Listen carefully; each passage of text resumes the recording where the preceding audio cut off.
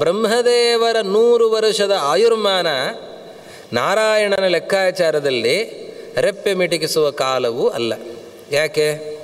ರೆಪ್ಪೆ ಮಿಟಿಕಿಸುವ ಕಾಲ ಅಂತ ಹೇಳೋದಾದರೂ ಕೂಡ ಒಂದು ಕ್ಷಣ ಅಂತ ತಗೊಂಡ್ರೆ ಆವಾಗ ಅಷ್ಟು ಕ್ಷಣಗಳು ಸೇರಿದರೆ ಇಷ್ಟು ನಿಮಿಷ, ಇಷ್ಟು ಗಂಟೆ, ಇಷ್ಟು ದಿನ, ಆಮೇಲೆ ಆ ಲೆಕ್ಕಾಚಾರದಲ್ಲಿ ಮತ್ತೆ 100 ವರ್ಷ ಅಂತಾದಾಗ ನಾರಾಯಣನಿಗೂ ಎಲ್ಲೋ ಸಾವಿದೆ ಅಂತನ್ನೋ ಭಾವನೆ ಬಂದೀತು. ಅದಕ್ಕೆ ಮಧ್ವಾಚಾರ್ಯರು ಅದನ್ನು ನಿಮೇಷಕ ಅಂತ ಹೇಳ್ತಾರೆ. ಅದು ನಿಮೇಷವೂ ಅಲ್ಲ, ರೆಪ್ಪೆ ಮಿಟಿಕಿಸುವ ಕಾಲವೂ ಅಲ್ಲ, ಅದು ಅಷ್ಟು ಅಲ್ಪವಾದಂತಹ ಕಾಲ, ಅದು ಗಣನೆಗೆ ಬರದೇ ಇರುವಂತಹ ಕಾಲ, ಅನಂತವಾದಂತಹ ಕಾಲದಲ್ಲಿ ಏಕಪ್ರಕಾರನಾಗಿರುವಂಥವನು ನಾರಾಯಣ. ಜೀವರೆಲ್ಲರೂ ಕೂಡ ಹುಟ್ಟು ಸಾವು ಇಲ್ಲದೇ ಇರುವಂಥವರೇ. ಯಾವ ಜೀವರನ್ನು ಕೂಡ ದೇವರು ಹುಟ್ಟಿಸಲಿಲ್ಲ, ದೇವರು ಯಾವ ಜೀವರನ್ನು ಹುಟ್ಟಿಸಲಿಲ್ಲ, ಯಾರನ್ನು ಸಾಯಿಸುವುದೂ ಇಲ್ಲ. ನೈನಂ ಛಿಂದಂತಿ ಶಸ್ತ್ರಾಣಿ ನೈನಂ ದಹತಿ ಪಾವಕಃ. ದೇವರು ಯಾರನ್ನು ಹುಟ್ಟಿಸೋದು ಇಲ್ಲ, ಯಾರನ್ನು ಸಾಯಿಸೋದು ಇಲ್ಲ. ಯಾಕೆ? ದೇವರು ಹೇಗೆ ಅನಾದಿ ನಿತ್ಯನೋ ಜೀವರು ಹಾಗೆ ಅನಾದಿ ನಿತ್ಯರೇ, ಅವರಿಗೆ ಹುಟ್ಟಿಲ್ಲ, ಸಾವಿಲ್ಲ. ಆದರೆ ವ್ಯತ್ಯಾಸ ಏನು ಅಂದರೆ ದೇವರಿಗೆ ಅವನಿಗೆ ಶರೀರದ ಹುಟ್ಟು ಇಲ್ಲ, ನಮಗೆ ಶರೀರದ ಹುಟ್ಟಿದೆ. ಈ ಶರೀರದ ಪಾಂಚಭೌತಿಕ ಶರೀರದ ಸಂಬಂಧ ನಮಗಾಗತ್ತೆ. ಬಟ್ಟೆಗಳನ್ನು ಬದಲಾಯಿಸುವಂತೆ ನಾವು ಶರೀರಗಳನ್ನು ಬದಲಾಯಿಸ್ತಾ ಇರ್ತೇವೆ. ಬೇರೆ ಬೇರೆ ಶರೀರಗಳು ನಮಗೆ ಬರ್ತಾ ಇರ್ತವೆ. ಒಮ್ಮೆ ಪ್ರಾಣಿ ಆಗ್ತೇವೆ, ಜಲಚರ, ಇನ್ನೊಮ್ಮೆ ಭೂಚರ, ಇನ್ನೊಮ್ಮೆ ಖೇಚರ, ಇನ್ನೊಮ್ಮೆ ಮಾನವ, ಹಾಗೆ ಬೇರೆ ಬೇರೆ ಜನ್ಮಗಳು ನಮಗೆ ಬರ್ತಾ ಹೋಗ್ತವೆ. ಈ ರೀತಿಯಾದಂತಹ ಸಂಬಂಧವೂ ಕೂಡ ದೇವರಿಗಿಲ್ಲ. ಹೀಗೆ ದೇವರು ಅವನನ್ನು ಅದಕ್ಕೋಸ್ಕರ ಪುರಾಣ ಪುರುಷೋತ್ತಮ ಅಂತ ಅವನನ್ನು ಕರೀತಾ ಇದ್ದಾರೆ.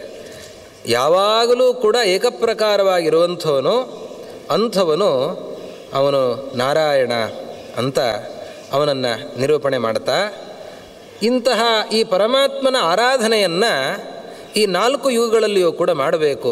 ಕೃತ, ತ್ರೇತ, ದ್ವಾಪರ ಮತ್ತು ಕಲಿಯುಗಗಳಲ್ಲಿ ಆರಾಧನೆ ಮಾಡಬೇಕು. ಕೃತಯುಗದಲ್ಲಿ ಧ್ಯಾನದಿಂದ ಭಗವಂತನ ಆರಾಧನೆಯನ್ನು ಮಾಡಬೇಕು. ಯಾವ ರೀತಿಯಲ್ಲಿ ಭಗವಂತನ ಧ್ಯಾನವನ್ನು ಮಾಡಬೇಕು ಅನ್ನೋದನ್ನು ತಿಳಿಸಿದ್ದಾರೆ. ತ್ರೇತಾಯುಗದಲ್ಲಿ ಅನೇಕ ಯಾಗಗಳನ್ನು ನಿರೂಪಣೆ ಮಾಡಿದ್ದಾರೆ. ಅನೇಕ ಯಾಗಗಳನ್ನು ಮಾಡಿ ಅದರಿಂದ ಅಗ್ನಿಯಲ್ಲಿ ಭಗವಂತನ ಆರಾಧನೆಯನ್ನು ಮಾಡಬೇಕು ಅಂತ ಅನೇಕ ರೀತಿಯ ಯಾಗಗಳನ್ನು ತಿಳಿಸಿದ್ದಾರೆ. ಆ ಯಾಗಗಳನ್ನು ಹೇಳುವಾಗ ಅಗ್ನಿಯಲ್ಲಿ ಮಾಡುವ ಯಾಗಗಳು ಅಂತ ಹೇಳ್ತಾ, ಅದೇ ರೀತಿಯಲ್ಲಿ ಅನೇಕ ರೀತಿಯ ಯಾಗಗಳು ಕೂಡ ಇವೆ ಅಂತ ದ್ರವ್ಯಯಜ್ಞ, ತಪೋಯಜ್ಞ, ಕೃಷ್ಣ ಗೀತೆಯಲ್ಲಿ ಅದನ್ನೆಲ್ಲವನ್ನು ಕೂಡ ಸಂಗ್ರಹ ಮಾಡಿ ಕೊಟ್ಟಿದ್ದಾನೆ. ಅದನ್ನು ಇಲ್ಲಿ ವಿಸ್ತೃತವಾಗಿ ನಿರೂಪಣೆ ಮಾಡ್ತಾ ಇದ್ದಾರೆ. ಆ ರೀತಿಯಲ್ಲಿ ಅನೇಕ ರೀತಿಯಾದಂತಹ ಯಾಗಗಳನ್ನು ಹೇಳಿದ್ದಾರೆ.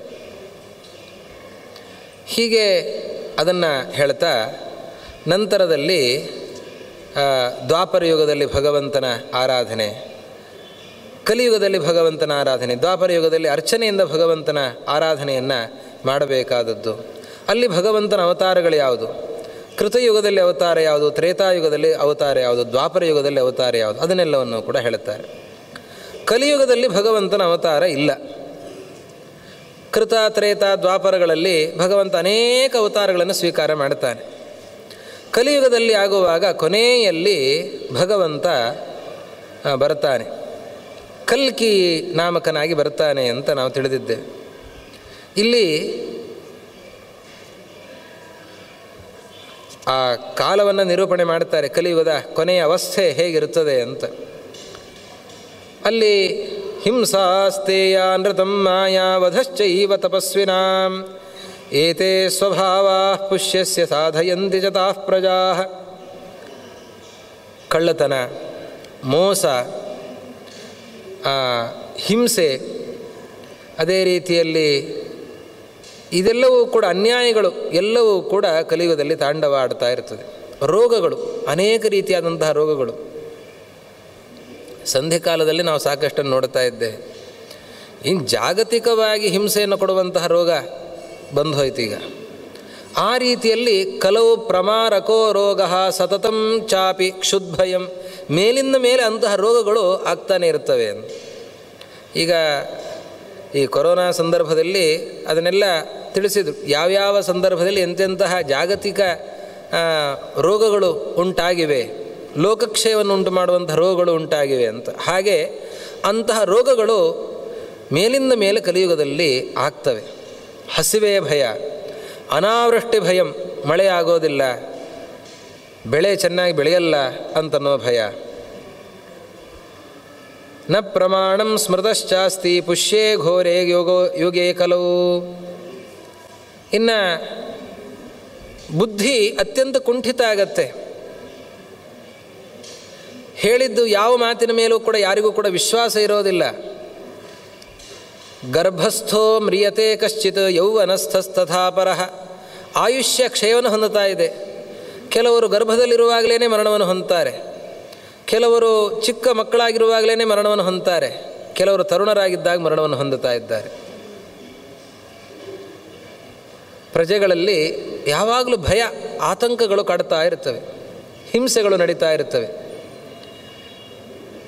ವೇದಾಧ್ಯಯನ ಇಲ್ಲ, ಕರ್ಮಾನುಷ್ಠಾನಗಳಿಲ್ಲ, ಇದ್ಯಾವುದು ಕೂಡ ಇರೋದಿಲ್ಲ. ತಮ್ಮ ತಮ್ಮ ವರ್ಣಾಶ್ರಮ ಧರ್ಮಗಳನ್ನೆಲ್ಲ ಪರಿತ್ಯಾಗ ಮಾಡಿ ಎಲ್ಲರೂ ಕೂಡ ಸ್ವಚ್ಛಂದವಾಗಿರುತ್ತಾರೆ, ಪಾಖಂಡಿಗಳಾಗಿರುತ್ತಾರೆ, ಧರ್ಮ ನಿಂದಕರಾಗಿರುತ್ತಾರೆ. ಈ ರೀತಿಯಲ್ಲಿ ಕಲಿಯುಗದಲ್ಲಿರುತ್ತಾರೆ. ಸ್ತ್ರೀ ಬಾಲ ಗೋವಧಂ ಕೃತ್ವ ಹತ್ವಾ ಚೈವ ಪರಸ್ಪರಂ. ಸ್ತ್ರೀಯರ ಹತ್ಯೆ,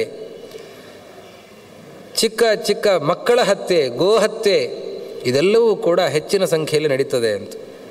ಇದೆಲ್ಲ ಕಲಿಯುಗದ ಕೊನೆಯ ಸಂದರ್ಭಗಳನ್ನು ಹೇಳ್ತಾ ಇರುವಂತಹ ವಿಷಯಗಳು. ಇದೆಲ್ಲ ಈಗಲೇ ನಾವು ಸಾಕಷ್ಟು ಅದನ್ನು ನೋಡ್ತಾ ಇದ್ದೇವೆ. ಇಡೀ ಜಗತ್ತಿನಲ್ಲಿ ಆಗ್ತಾ ಇರುವಂತಹ ಈ ಅಧರ್ಮದ ತಾಂಡವ ಒಂದು ಹಂತಕ್ಕೆ ಕಲಿಯುಗದ ಸಂಧಿಕಾಲದಲ್ಲಿ ಕಲಿಯುಗ ಮುಂದೆ ಹೇಗಿರುತ್ತದೆ ಅನ್ನೋದರ ಚಿತ್ರಣ ಸಿಗತ್ತಂತೆ. ಆದ್ದರಿಂದ ಕಲಿಯುಗದ ಸಂಧಿಕಾಲದಲ್ಲಿ ಒಂದಿಷ್ಟೆಲ್ಲ ಆಗಿ ಹೋಗ್ತದೆ. ಆ ರೀತಿಯಲ್ಲಿ ಈ ರೀತಿಯಲ್ಲಿ ಇರ್ತಾರೆ. ಆವಾಗ ನಾರಾಯಣನ ನಾಮೋಚ್ಚಾರಣೆಯನ್ನು ಮಾಡಬೇಕು, ನಾಮ ಸಂಕೀರ್ತನೆಯನ್ನು ಮಾಡಬೇಕು. ವಿಶೇಷವಾಗಿ ಕಲಿಯುಗದಲ್ಲಿ ನಾಮಕೀರ್ತನೆಯನ್ನು ಮಾಡಬೇಕು. ನಾಮಕೀರ್ತನೆಯಿಂದ ವಿಶೇಷವಾದಂತಹ ಫಲ, ಅನೇಕ ರೀತಿಯಾದಂತಹ ಅನುಷ್ಠಾನಗಳನ್ನು, ಯಾಗಗಳನ್ನು ಎಲ್ಲವನ್ನೂ ಕೂಡ ತಿಳಿಸಿದ್ದಾರೆ. ಅದೆಲ್ಲವನ್ನೂ ಕೂಡ ಕಲಿಯುಗದಲ್ಲಿ ಅನುಷ್ಠಾನ ಮಾಡಲಿಕ್ಕೆ ಆಗೋದಿಲ್ಲ. ಅದರಲ್ಲಿ ಗೊತ್ತೇ ಇಲ್ಲ, ಎಷ್ಟೋ ಅನುಷ್ಠಾನಗಳೇ ಗೊತ್ತಿಲ್ಲ, ತಿಳಿಲಿಕ್ಕೆ ಆಗೋದಿಲ್ಲ. ಧ್ಯಾನವನ್ನು ಕಾಡಿಗೆ ಹೋಗಿ ತಪಸ್ಸನ್ನು ಮಾಡಲಿಕ್ಕಾಗತ್ತಾ? ಅದನ್ನೆಲ್ಲವನ್ನೂ ಕೂಡ ಕಲಿಯುಗದಲ್ಲಿ ಮಾಡಲಿಕ್ಕೆ ಆಗೋದಿಲ್ಲ. ಕಲಿಯುಗದಲ್ಲಿ ಏನು ಮಾಡಬೇಕು ಅಂತಂದರೆ ನಿರಂತರವಾಗಿ ಹರಿನಾಮ ಕೀರ್ತನೆಯನ್ನು ಮಾಡ್ತಾ ಇರಬೇಕು. ಯಾವಾಗಲೂ ಕೂಡ ನಾಮಕೀರ್ತನೆಯನ್ನು ಮಾಡ್ತಾ ಇರಬೇಕು ಅಂತ ಹೇಳ್ತಾ, ಈ ಕಲಿಯುಗದ ಇಂತಹ ಕೊನೆಯ ಸಂದರ್ಭದಲ್ಲಿ ಗೋತ್ರೇಣ ವೈ ಚಂದ್ರಮಸೋ ನಾಮ್ನಾ ಪ್ರಮತಿರುಚ್ಯತೆ ಕಲಿಸಂಧ್ಯಾಂಶ ಭಾಗೇಶು ಮನೋಹ ಸ್ವಾಯಂಭುವೇಂತರೇ. ಕೊನೆಯ ಕಾಲದಲ್ಲಿ ಪ್ರಮತಿ ಅಂತ ಒಬ್ಬನು ಹುಟ್ಟುತ್ತಾನೆ.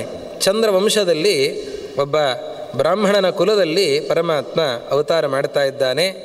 ಅವನನ್ನು ಪ್ರಮತಿ ಅಂತ ಕರೀತಾ ಇದ್ದಾರೆ. ಪ್ರಮತಿ ಯಾರು ಅಂತ ನಮಗೆ ಸಂದೇಹ ಬರುತ್ತೆ.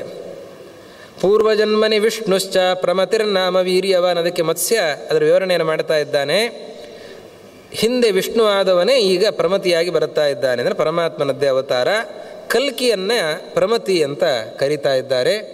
ಅವನು ಅವತರಿಸಿ ಎಲ್ಲ ದುಷ್ಟರನ್ನು ನಿಗ್ರಹಿಸಿ ಮತ್ತು ಧರ್ಮ ವೃದ್ಧಿ ಆಗುವಂತೆ ಮಾಡಿ ಪ್ರೇರಣೆಯನ್ನು ಮಾಡಿ ಅಲ್ಲಿದ ತಿರೋಹಿತನಾಗ್ತಾನೆ ಅಂತ ಕಲಿಯುಗದ ಕೊನೆಯ ಕಾಲವನ್ನು ಅದನ್ನೆಲ್ಲವನ್ನು ಕೂಡ ತಿಳಿಸಿದ್ದಾರೆ.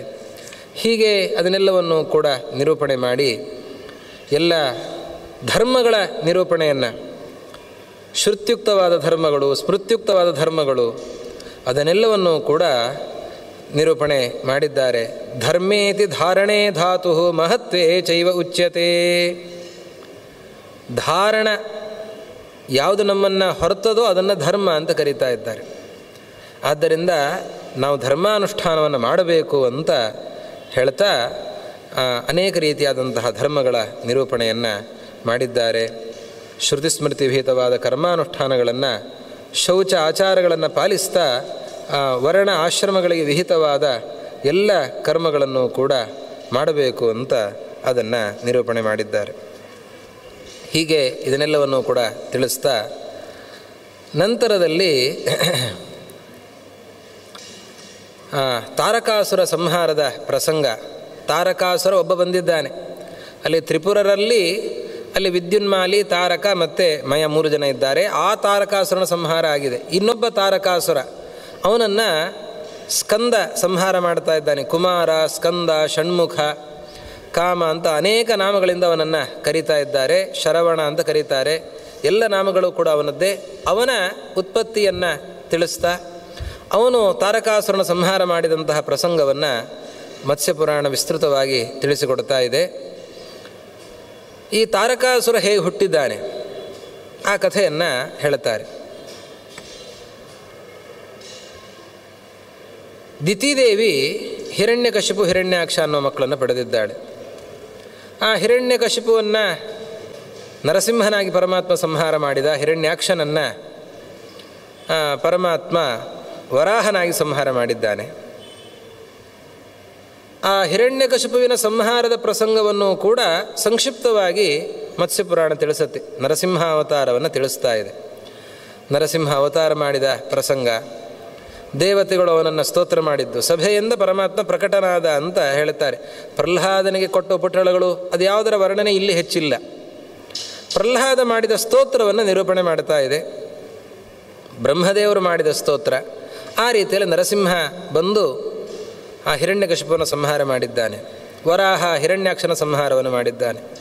ದೈತ್ಯರು ಹೆಚ್ಚಿನ ಸಂಖ್ಯೆಯಲ್ಲಿ ದೇವತೆಗಳಿಂದ ಸಾಯ್ತಾ ಇದ್ದಾರೆ ಅನ್ನೋದನ್ನು ಗಮನಿಸಿದಂತಹ ದಿತಿದೇವಿ ಕಶ್ಯಪರಿಂದ ದೇವತೆಗಳನ್ನು ನಿಗ್ರಹಿಸುವಂತಹ ಒಂದು ಸಂತಾನ ಬೇಕು ಅಂತ ಅಪೇಕ್ಷೆ ಪಟ್ಟಿದ್ದಾಳೆ.